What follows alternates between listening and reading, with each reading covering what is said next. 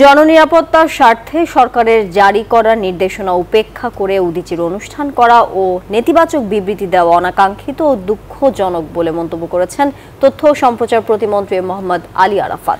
দুপুরে সচিবালয়ে পহেলা বৈশাখে উদীচীর অনুষ্ঠান করা এবং এ বিষয়ে বিবৃতি দেওয়া প্রসঙ্গে এই মন্তব্য করেন তিনি।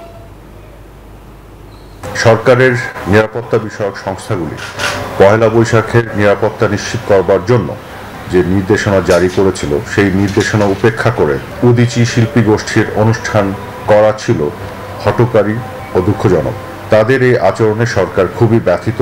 জনগণের নিরাপত্তার স্বার্থে সরকারের জারি করার নির্দেশনা উপেক্ষা করে উদীচীর অনুষ্ঠান করা এবং এটিকে কেন্দ্র করে নেতিবাচক বিবৃতি দেয়া অনাকাঙ্ক্ষিত, অত্যন্ত দুঃখজনক। মনে রাখতে হবে, নিরাপত্তা দেওয়া সরকারের কর্তব্য। আশা করব এই ক্ষেত্রে সকলেই সহযোগিতা করবেন। বিকাশে কম খরচে ক্যাশ আউটের লিমিট বেড়ে 50,000, প্রিয় এজেন্টও 2টা।